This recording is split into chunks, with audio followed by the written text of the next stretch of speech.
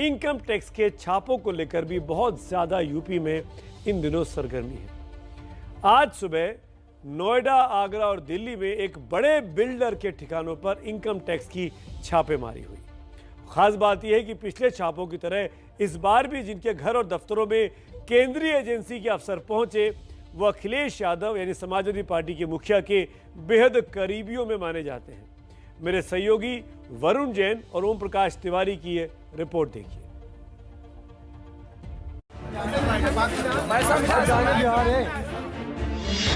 छापा एपिसोड 1।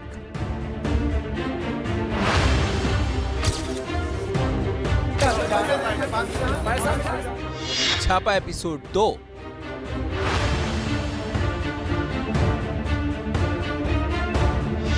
छापा episode 3।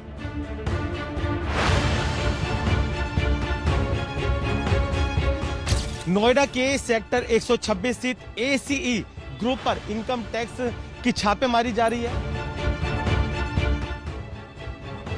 UP की राजनीति में आजकल छापों वाला सीरियल चल रहा है। मऊ से लेकर लखनऊ होते हुए मैनपुरी तक और अब कन्नौज के रास्ते आगरा होते हुए छापों की ये सीरीज नोएडा पहुंच चुकी है। नोएडा, आगरा और दिल्ली में अखिलेश के करीबी अजय चौधरी के ठिकानों पर IT का छापा पड़ा है। अजय चौधरी NCR के बड़े बिल्डर हैं और एस बिल्डर नाम की कंपनी चलाते हैं।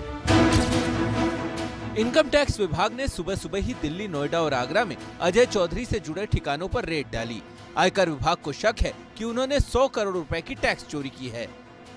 उनके कारोबारी पार्टनर्स के घर, दफ्तर भी खंगाले जा रहे हैं। इसके अलावा मन्नू अलग नाम के जूता कारोबारी के घर पर भी छापा मारा गया।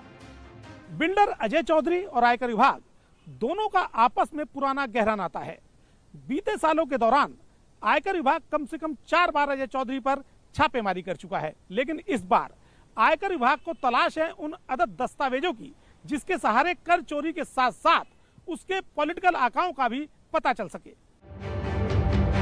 अब इसे संयोग कहिए या फिर सियासत का प्रयोग कि पूर्वी उत्तर प्रदेश से अवध के रास्ते पश्चिमी उत्तर प्रदेश पहुंच चुके छापों का यह सिलसिला एक ही शख्स से जुड़ा है। वो शख्स हैं अखिलेश यादव। जरा इस लिस्ट पर गौर फरमा कीजिए। 18 दिसंबर को समाजवादी पार्टी के प्रवक्ता राजीव राय के घर, दफ्तर पर इनकम टैक्स वालों ने छापा मार दिया। इसी दिन अखिलेश के पूर्व OSD जैनेंद्र यादव पर भी इनकम टैक्स डिपार्टमेंट मेहरबान हो गया। 18 तारीख को ही RCL ग्रुप के मालिक मनोज यादव के घर भी रेड पड़ी। 12 दिन की खामोशी के बाद 31 दिसंबर को कन्नौज के इत्र कारोबारी और SP के MLC पुष्पराज जैन पंपी के घर रेड पड़ी। 4 जनवरी को बिल्डर अजय चौधरी के घर, दफ्तर पर इनकम टैक्स वाले सुबह सुबह पहुंच गए। इसी दिन अखिलेश के एक और करीबी मन्नू अलग के घर पर भी रेड पड़ी। जहां पॉलिटिकल पार्टीज आएंगी उनके सहयोग के लिए इनकम टैक्स, ED, CBI और भी संस्थाओं का सहारा लेकर के अटैक करने का काम करेंगे। तो चुनाव जीतने के लिए नेता आजकल हर तरह के हथकंडे आजमाते हैं।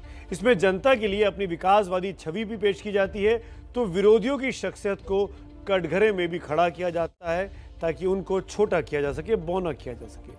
यूपी चुनाव से ठीक पहले जिस तरीके से वहां पर केंद्रीय एजेंसियां यानी इनकम टैक्स, ED, CBI कुछ कारोबारियों के ठिकानों पर छापेमारी कर रही है, उसमें सवाल उठ रहा है कि क्या ये अखिलेश यादव के करीबियों को परेशान करने के लिए किया जा रहा है, जैसा कि अखिलेश यादव इल्जाम लगाते हैं। कुछ आंकड़े आपके सामने रखता हूं कि चुनावों का इन छापों से क्या कनेक्शन है। 2021 में पश्चिम बंगाल चुनाव से ठीक पहले 23 फरवरी को CBI ने मुख्यमंत्री ममता बनर्जी के भतीजे सांसद अभिषेक बनर्जी की पत्नी रुजिरा से 1 घंटे तक पूछताछ की थी। ये पूछताछ कोयला तस्करी मामले में हुई। उसी दौरान तृणमूल युवा कांग्रेस महासचिव विनय मिश्रा के ठिकानों पर भी CBI ने छापे मारे। अवैध कोल माइनिंग और शारदा स्कैम में TMC नेता मदन मित्रा और विवेक गुप्ता समेत कई नेताओं से लंबी पूछताछ की गई। हालांकि इससे ममता को कोई चुनावी घाटा नहीं हुआ। वो चुनाव शानदार तरीके से जीती। पिछली बार से सीटें बढ़ गईं, जबकि बीजेपी इस जीत में कहीं पीछे छूट गई थी। ऐसे ही बंगाल के साथ 2021 में तमिलनाडु में भी विधानसभा चुनाव चल रहे थे अप्रैल के महीने में।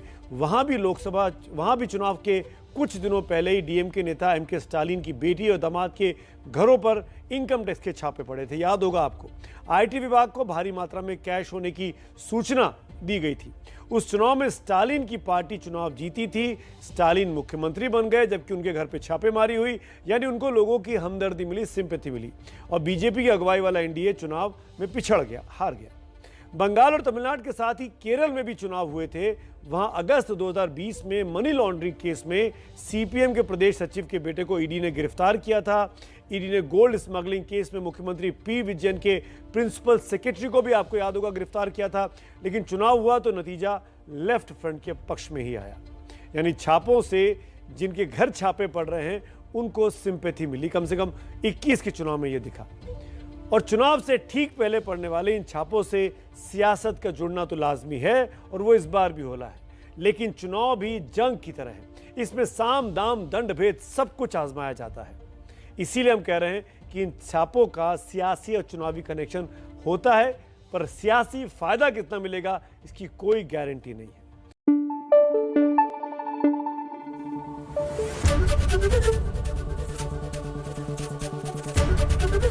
एबीपी न्यूज आपको रखे आगे।